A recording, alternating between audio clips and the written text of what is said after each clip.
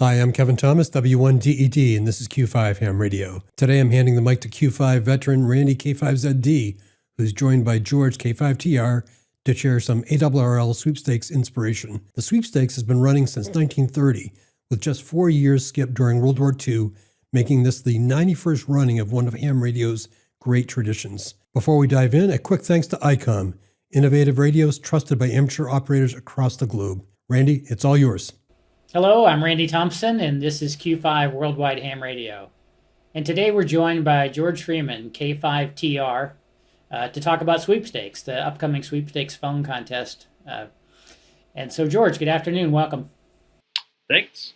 How are you doing? We've known each other for a long time, and I know you're a hardcore phone guy, and you've had success in the Sweepstakes phone before. What is it that you like about that contest? Well, part of it is living in the middle of the country, and so it's an interesting contest because the DX contests tend to be less interesting, at least when I started out with small antennas especially. But I think that one of the things I really like about the contest is the exchange. I love the long exchange. It makes it more interesting and much more different than other contests. And then the other thing I like is I like the fact that you can only work people once per band. Or once overall in the contest, not once per band, once overall in the contest, because it adds an interesting element to the contest. You can do well from all over the country, and so there's competition from the West Coast and the East Coast, and sometimes in between. And it's kind of cool that you can focus on the band that works best for you, and that's not always the band works best for everybody else. So being in the middle of the country, what bands work best for you? Typically 20 and 40, just consistently through the ups and downs of the solar cycle. When we have a little bit more sunspots, 15 meters can be really good from here, and 10 meters to some, it depends. At the very peak, I'll make some stuff on 10, but because of the footprint of the skip zones, 10 is not always it's usually not my best band. It's usually either 15 or 20. And then at the bottom of the cycle, 40 meters. Yeah, for us here in the Northeast, the high bands are hard. We can hear you guys in Texas, the Californians, everybody west of the Mississippi, but we can't hear the population-rich centers where all the QSOs come from, except down on 40 and 75. So those are big bands here in the Northeast, and then 20 is just it's just tough no matter where you are. But in the evenings, when the skip goes long, pretty much we hear you and a few other guys on 40, and that's about it. So it's I can see why you like it. I've done this contest from other places other than Texas. I've done it the most from Texas, and usually from a fairly large station. The first 3 years I did the contest, I operated with 100 watts and a 2-element quad at 40 feet and a 40-meter dipole and at 30 feet. And was able to, I think I made the top 10. I was able to be number 11 a couple of times, I think. I think I made the top 10 once with that setup. And then I started operating at a big station and doing high power. And then I was doing high power a lot. But I've operated from Montana, and I've operated from Northern California, and I've operated the contest now also from Ohio. And it's been very interesting doing the contest from different places. I've also operated, last year I did the contest QRP from my station. All of those were very interesting experiences. I will say that Ohio was interesting in that I probably made the bulk of my QSOs using a dipole on 40 meters at 40 feet high. And I was able to make the top 10 from Ohio. I made the top 10 from all those places. Which just goes to show all the bulk of the population is between Chicago and Philadelphia, let's say. So Ohio being in the middle, a dipole at 40 feet, that's the way to go. And that's what I think it goes back to what you said earlier about when you can only work a station once, regardless of band, it gives everybody the chance to kind of spend their time and energy in the best place for them. And in the Midwest, maybe that's 40 and 80 meters with low dipoles, and you can do really well. And then you just do the high bands to get the multipliers, that kind of thing. So have you made a sweep every time? No, I've not made a sweep every time, even as a high power station. And a sweep can be hard. I've learned that it's better for me to keep focusing on making QSOs because the sweep is only worth so many contacts. And if you waste a lot of time looking for the section, you might not be doing the right thing to win the contest. And so I don't worry about it. As a high power entry, I just call CQ, and typically I work all the sections. Sometimes I'll tune on a second radio or tune up a band and work some section that I need, because usually it's a section that is on a band that I won't be on. So if it's like the Virgin Islands is one of them that's been tough over the years, or one of the Canadian provinces way up north, they might be on 15 meters or 10 meters, and I won't be on that band, but I'll go tune that band. They might be the only signal sometimes, like the Virgin Islands. Other times, there have been a few times when I've sweated like Louisiana or Arkansas or something. So that's always been interesting because, again, if I don't work them on the low bands, you just hope you work them on backscattered. It's shows the interesting balance in the contest, in that as a high power station is trying to win, you're right, multipliers have a finite value. There were so many QSOs. So you can make the decision, spend your time to chase people or just work more guys, and it'll work out. But for a lot of people in the contest, the goal is to make a sweep, to win a broom from the league or a coffee cup or whatever it is we're giving out these days. And, for them, the emotion is all about, they got to go find all those sections. As a high power guy who's running, how do you entice the casual guys to call you? Do a lot of begging on Sunday, like I tell people they don't need to be in the contest to work me, and I will talk them through the exchange. You can work a lot of casual people. I guess the other point I'd like to make about sweeps, one of the things I see people doing sometimes is just they like tune for trying to work all the sections. And my encouragement for everybody, no matter what your station size is, to get on and call CQ on the best band where you can do that, because you'll probably work more sections quickly that way. And so like knock off the first 20 or 30 sections or more by calling CQ and running people, even if you have a small station, because there's a lot of people out there tuning around. And so if you just go hunt and peck, you may have trouble finding, even like something like, there are various sections that can be hard to find, Nebraska or Los Angeles or something. But as far as working casual guys, it's just a matter of telling people that they don't have to be in the contest to give you a call. But then you have to walk them through the exchange, which can be a little painful sometimes. But when the rate's slow, that's what you got to do. Okay, so let's just role play that. So I'm calling you. You're calling CQ, and I call you on Willy Billy 5, Willy Billy Willy, portable Willy Billy 5. Not in the contest. What do you do? What I would ask you is, well, how many people have you made any other contacts in the contest? That's the first thing I usually ask. And if you say no, or if we decide that you're number one, then you would tell me that. And then I would ask how much power you're running, because the precedence, the next part of the exchange is really based on power, especially if they're not a casual guy. They're not going to be multi-op, and they're not a school, and they may be assisted, but they're probably not, because it's just some random guy that's tuning around the bands. And so I would do that. And then the next thing is to ask them what year they were first licensed. And that's always fun, because sometimes people don't know. I've had people go find their license so they can give me the exact number. Been there. And then the next thing is a section. So what section are you in? That's always entertaining as well, usually, because you get all kinds of interesting answers. Like, you might tell me you're in Southern Ohio, but that's Ohio. Sometimes they tell me they're in California. That's harder for me because I don't know the ARRL sections. But sometimes I'll give them options. I'll go, well, like, where are you in California?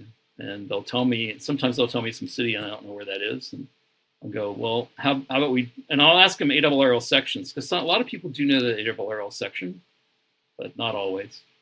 But then we'll go through, well, San Joaquin Valley, Orange, Los Angeles, and they'll light up. Oh yeah, I'm in San Luis Obispo or whatever. It's like wherever, East Bay, stuff like that. So that's always fun. Yeah, to continue the WB5 WBW joke, I'm going to tell you I'm in Texas, and you're going to say, what part of Texas? And I'm going to say Central Texas, which helps you not at all. Right. Well, I mean, sometimes you just have to figure it out. I mean, at some point, yeah, you can. I mean, obviously, if he's really in Central Texas, he could be in South Texas. He could be in North Texas. I'm very close to the North Texas, South Texas line, and so I sort of get it. So I don't want to make fun of people who are not in the contest who call in, because they're super valuable. It's just part of the game, right? When you have a really long exchange like this that people don't intuitively know. Everybody knows signal report and state, or their name and state, that kind of thing. Those usually, they kind of listen to a few QSOs, they grok what's going on. But this contest just doesn't make any sense until you kind of had a chance to have somebody explain it to you. So out of a course of a weekend, what's your goal for this coming weekend? How many QSOs do you think you'll make? I would hope that I could get close to 1,900, I would say. I mean, always something above 2,000 is really good, but I think 1,900 is a reasonable goal. 2,000 is harder to do, but 1,900. So out of the course of the weekend and that 1,900 or 2,000 QSOs, how many of the guys that call it, how many people are you going to walk through the exchange? I don't know. That's a good question. I'm trying to think. I know I've looked at like the UBN, the log checking reports, and there are years when I've had a lot of unique call signs, which is or a lot of people with number one in my log, which is an indication of those people that have walked through the exchange. It can be probably close to 100 people easily that I have to talk through the exchange. It wouldn't surprise me. So more than 50, always more than 50. Begging on Sunday afternoon is valuable then. It's worthwhile. Oh, absolutely. So I actually want to tell a personal story about the exchange and about sweepstakes. And you mentioned the exchange, and it is daunting. And I think in fact, I know it's a problem. It's an impediment to people making a contact. So when I was first licensed, a friend and I, we went out to his uncle's farm because we were going to do the 10-meter contest and the 160 contest. So we were interested.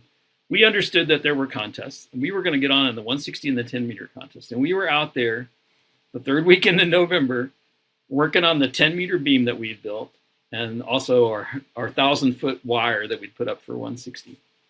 And so we had a radio out there, and we turned the radio on Saturday afternoon, and the band was full of these people doing sweepstakes. And we looked at each other, and we were like, what are they doing? We didn't know where they got those numbers. Like we were mystified. We were just like, okay, well, there's clearly a contest here, but like, what are those numbers? What are those letters? We didn't know. We did not make a contact in the sweepstakes because we were just like, we don't know what to do here. Like, how do we play this game? And of course, this was in 1977, I think. And we were new hams, and we had no QST magazine with us, and there was no internet. And we were at this farm, and there was nobody to call. And like, I didn't make a sweepstakes contact that year. But we listened to some. Yeah. Well, it's one way to get started. You have to transmit to make a QSO, though. We didn't even, you do have to transmit to make a QSO. We didn't even think to like get on there and call somebody and go, hey, what do you need? And of course, it was at the beginning of the contest, and people are going blazing fast, and it's just like, it was overwhelming. We were like, okay, we don't know what we're doing here. So what's the biggest hour you've ever had in sweepstakes? I think I won 98. It's been the biggest 60 minutes that I've done. And then what's typical on Sunday afternoon? In the 40s or 50s, typically. 60, somewhere between 50, 60s. Those are typical hours on Sunday. There can be some slower ones occasionally, but pretty much I can keep it around that rate. It's a funny contest, and then in a way, the more people you work faster in the beginning means there's less people to talk to later on. So it is possible for stations to catch up although it's difficult. A lot of those QSOs made in the first day don't come back. They don't become available again. I will say this, for me in 1976, I had my first time ever to break 100 QSOs in an hour was in Sweepstakes phone. So it while it's not thought of as a rate contest, it's got a lot of activity, and if you can get in the right band where you have loudness to the right parts of the country, you can work a lot of guys in a hurry. Well, yeah, but I mean, with the long exchange, it's interesting. The exchange is so long that a 200 hour is really hard to do, and that may be equivalent to more like a 300 plus hour from a DX location, because the exchange is really long, and it's really hard to just. It doesn't take much to derail an hour, because a few minutes of making only one QSO, and you don't have your 200 hour. But 100 an hour is fast in Sweepstakes. I spent a lot of when I started operating from the big station. There was this experienced guy, and he wouldn't operate the whole contest anymore. But it was K5LZO, and he was very good. And he would come by and work me in like hour 3 or so, 2 or 3, and he would always be ahead of me. And I was just like, why is he always ahead of me? And I couldn't figure it out. And so then my goal was then to try to be ahead of Chuck when he worked me. And one year, finally, he came and worked me, and I was ahead of him by a few contacts. I was like, okay, maybe I'm starting to figure this out, because it's 130 an hour, you're flying along at 130 hour. And the difference between doing a 130 hour and doing like a 150 or 170 hour it's a lot more work. And so don't sit there and go, oh, I only had 100 hour. It's like, you're flying. Now, as far as the strategy of the contest goes, obviously you start at 21 Zulu. How long do you go before you take a break? I usually go until at least 06 Zulu. So I don't get up. Or try not to get up. So I'm usually in the chair until 06 Zulu. It used to be that I was really hardcore about that, and I really didn't want to get up. I've modified that. I modified that a little bit over the years, and at somewhere after 03 Zulu, if there's some reason like it's the bands are weird or whatever, I've been known to take an off time between 03 and 06 Zulu, like 30 minutes off. But typically you operate the first 9 hours straight through before you think about taking an off time. Okay, so then you have to take 6 hours off out of the total 30. What's your thinking on those 6 hours? So I've done all kinds of things over the years. As the ham population has aged, it seems like there are fewer people that are on late. And so it's been much less productive. It used to be that you would have to take an off time and then get back on the air, and take an off time and get back on the air. And what's happened is a lot of people are just there's not a lot of activity after probably 07 Zulu these days. And so it probably doesn't make sense to be on the air. And then you just have to hope that people get on the air early enough in the morning. And so I've taken all 6 before. I don't like doing that because I like having some off time on Sunday to play with. Because, if I don't feel good, or if I'm getting tired, or a solar flare happens, or, there's all kinds of things that can go wrong. And so it's nice to have an hour or 30 minutes or something to be able to take a few off times. And so typically I'll take 4.5 hours off, and then I'll leave the rest of that time for stuff on Sunday. Sometimes I end up getting on the air Sunday morning and operate for a little while, and it's just not very good, and I'll get off for 30 minutes. I'll burn some of that off time, sometimes early in the morning, but I always like to have some off time on Sunday, because it makes for a very long day otherwise. Because the contest, if you get back on the air at 6 in the morning and then have to do the whole contest, that's like you're there until 9 p.m. It makes for a very long day of being on the radio. Yeah, and we should just point out for people who may not be fully aware, it's a 30-hour contest. You can only operate 24 hours. The minimum off time is 30 minutes. And just a little quirky way, because of Cabrillo files only do things by the minute and the way the log checking software works, you really want to take 31 minutes off if you can. nothing is worse than making a mistake where you come back on at 29 minutes and suddenly you took a half hour off, but you didn't stay off long enough.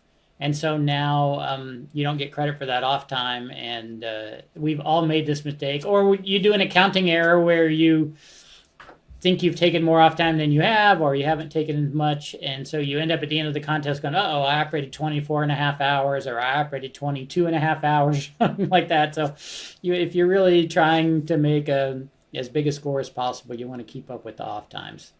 And they can be very strategic, as you've mentioned. There are just times where something goes wrong, radio blows up, or the bands just go terrible, or there's a great football game that goes into overtime. I don't know what it is, but there's always these periods where you're like, it'd be really great if I could get off the radio for a while now. Yeah, the first time I operated from N5AU, the first time I operated from high power, you may remember, I only did 23 hours. I screwed up my off times. And I finished 11th in the contest by like 3 contacts. And I could have been in the top 10 the first time, but I wasn't and so ever since then, I don't do that anymore. I double check my math over and over. I'll tell you one of my secrets, by the way. If you go look at results, I think they publish the on time, and it's 1,440 minutes for 24 hours. And if you go look at my line score, I always have 1,440 minutes of on time. And the way I do that is typically I engineer my off time so that I run out of operating time with somewhere in that last hour. Sometimes it's 15 minutes before the end, sometimes it's 30, but I run out of on time, and I always operate extra because I know that, I might have taken that off.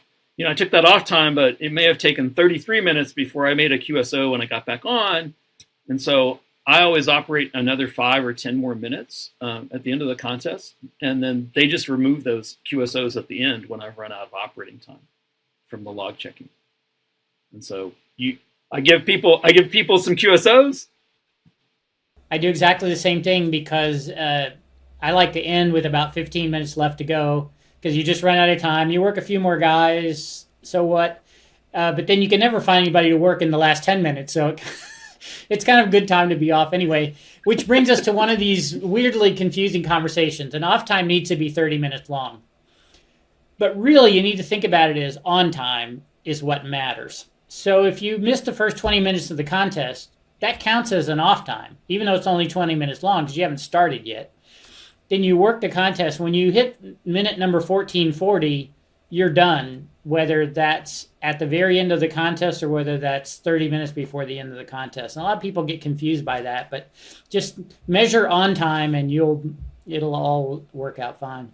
I was going to say, I think a lot of the logging programs these days do a really good job of like doing that. The one I use doesn't do that. It's like I'm using pencil and paper because I use this old logging program that doesn't keep track of that. But I had a guy here at my station this weekend, and he was using N1MM, and I was like, was telling him exactly how many minutes he had to operate, like the whole time. I was like, well, that simplifies your life. What logging software are you using? I use a thing called I use a logging software that we call TR Linux, and so it's a logging software that was called TR Log for a long time. I guess you could still call it that. It's written by N6TR. It was originally written on DOS. I think when he first started developing it, the fastest computers they had were 286s. And it's been ported over to Linux, and I use it that way. My professional life was taking care of Unix and Linux computers, and I've kind of engineered my life where I didn't have to run Windows machines or administer them, and so I like not having to do that. So I live in the Linux world for the most part, and that's why I use it. And I'm used to it, and I could probably change, but it does everything I need it to do, and I don't have to think about it. It's like the logging program is very transparent to my operation at this point because it's all second nature. A little bit like playing an instrument. You don't have to think. These phonetics come into your head and they come out your fingers, and there's no thinking involved. I forgot my next question. What's a good reason that someone who's never done the sweepstakes before or only casually made a few QSOs, what's the biggest reason you can give them that they should operate the contest? I don't know. It's fun. I think it's fun. I like I said, I'll go back to the long exchange. I think the long exchange is really interesting. And then I guess another reason is that you can do well in the sweepstakes contest with really small hardware because we're only working the United States and Canada. And because you can only work people once overall, it really equalizes some of the station.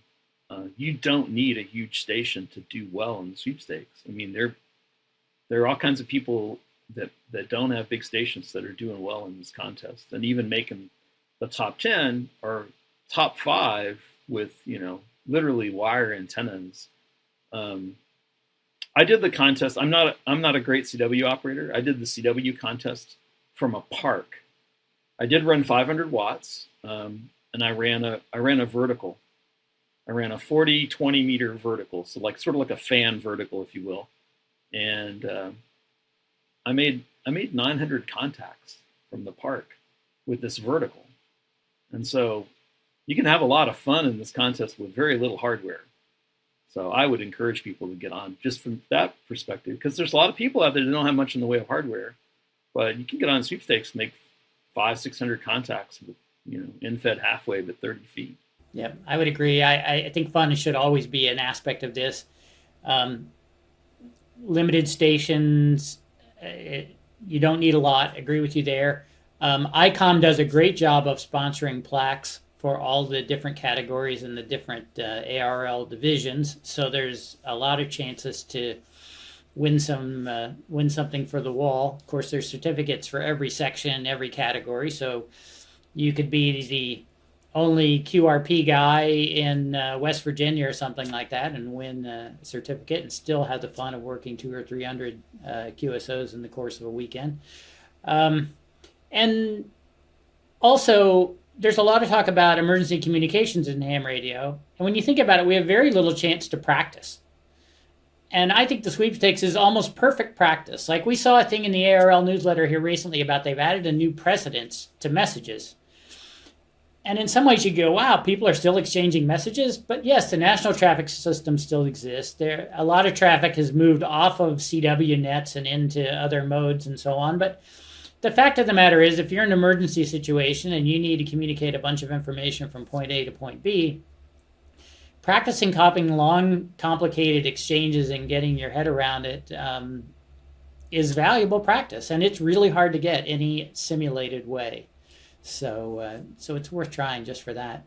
So I don't know. I don't remember where we are in the years of the sweepstakes. 70 something. Do you know? It's been going on for a long time. But I was looking up the history of it recently, and it started out, they actually exchanged messages. So they had messages with content. And over the years, they reduced it. So I'm sure a lot of people won't know this, but the exchange is the preamble to a piece of formal message traffic that the national traffic system uses. And so all of those elements, if you were to go do a piece of formal traffic, those elements are the first things you send before you do the message. And the check in that is like the number of words in your message and things like that. So if you've ever done any traffic, and so I got licensed in 1976, and I wasn't a big traffic handler, but I handled some traffic over the years on voice and some on CW, and was exposed to that. So I remember that, but that's how it actually started. They were doing real messages, which is just wild to me. But that's the history of it, and so that's why the exchange is so long. It does seem kind of foreign today. If you just got licensed in the last few years, you really haven't had a chance to do traffic handling or whatever. It's like, what is all this stuff? But it has a history, and it does offer a lot of practice. And the other thing is, when you do submit your log after the contest, you do it in Cabrillo format, same as any other contest. Your logger can make the file and send it, and you can send it in. They do a really extensive log checking in this contest. So the more logs, the better, to be able to cross-check things. You're going to make mistakes. That's okay. Your log checking report will happily point them out to you, as unhappily as it may be to read them all. But that's part of the game, right? That's part of practicing, is you have to learn what you do well and what you don't do so well. One of the tricks that I've kind of realized over the years is you can almost think of the sweepstakes exchange as two parts, because it's number, precedence, call sign, that your call sign, check, and section. So number and precedence, you just have to focus. I've got to get 127 Bravo. The call sign you should know or have a pretty good idea, because you heard the guy and you typed it in to see if he was a dupe or not. And then, so you almost like you get a breathing space. Like, focus on these first two things, take a breath, then check and section is coming up next. And you know there's going to be a number, and you know it's going to be a section. So by kind of already knowing number, letter, and then number, section in two parts with a space in the middle, it really can help you kind of break the thing down to where it's bite-sized chunks. Do you think of it the same way when you're operating? I guess, in a way. I don't know. It's just, it sounds like it's also all one thing to me in a way. I mean, and a lot of times I'm waiting for the call sign because I don't always have a full call sign. If I'm running people, don't necessarily have their call sign either fully or correctly. I mean, I try, but if there's a lot of people calling or whatever, I may not. I may have partials. But I also want to confirm that I've copied their call correctly. So I pay attention to that part. It's different if you're searching and pouncing, because typically you listen to the guy maybe for a couple of times. I know that I'm certain that a lot of people that work me, especially early on in the contest, have copied my call sign and probably listened to more than one contact, because I talk really fast, so I know that they probably are not getting it cold the first time. Yeah, and that's not uncommon that people listen, because of the long exchange, they'll listen a couple of times to try to make sure they've got it before they call in. But, don't be afraid to call, and don't be afraid to ask for repeats. There is nothing wrong with asking for a repeat if you didn't get something or you are not sure, because, again, you don't want to lose credit for the contact because you made a mistake. And don't feel bad. It's part of the game. This is the part, I think a lot of people get intimidated by the big guys. They're like, oh gosh, I don't want to mess them up. Man, mess them up. That's their job. Their job is to deal with you. Otherwise, they're not going to have a big score. Too much. But no, yeah, I absolutely right. I will repeat my exchange. I will slow down. I know that I talk really fast, especially early on in the sweepstakes. But if I want to make the big hours, that's the only part of the process I can control. Is if I can make that part faster, then I can probably have a bigger hour. But I also know how fast I'm sending, because somebody like N6MJ will come by and work me, and it's like, whoa, that's like really, he'll say it just as fast back to me, and I'll be like, okay, that's really fast. But I sit there and people don't ask for fills because I know they've either listened or will listen again. So, I will absolutely slow down and repeat things, no problem. I do it all the time. So to kind of wrap things up here, make your pitch to people to give you a call this weekend, or to get on and work some people in the sweepstakes. Well, I hope they get on and work lots of people in the sweepstakes. Like I said, I think it's a fun contest. It's a fascinating contest to me because it's always interesting. And like I said, one of the things I always look at that I'm amazed about is if you get to see the breakdowns. Like if you go to 3830 and just go through some past contest and look at the top 10 scorers in a category, it's very interesting to see that this guy made most of his contacts on 40, and this guy made most of his contacts on 10, and this other guy made most of his contacts on 15, and they're all in the same contest, and they all have similar scores. And it's just like, what? That's not like most contests. Most contests don't look like that. They have a different distribution, and this thing is just different because of that. And I find that very cool and interesting. It's always interesting to me that somebody can make 1,000 contacts on 40 meters, and then the other guy makes 300 on each of the bands or something. And so it's wild. And there have been people that have done single band efforts actually in the sweepstakes and done well, because of the fact that it doesn't matter. You don't have to be on all the bands. So if you have the strength on some band or not, get on and do that. But try it out. If you haven't tried it, try it. It's a great contest. It's lots of fun. It has a great history to it. I still find it fascinating after all this time to try to figure out how to make a bigger score. Yep, I would agree with all of that. For me, I did a lot of traffic handling when I was in high school, and so just the whole idea that the contest derived from that just gives it an emotional resonance that you don't see in a lot of the other 5-9 contests.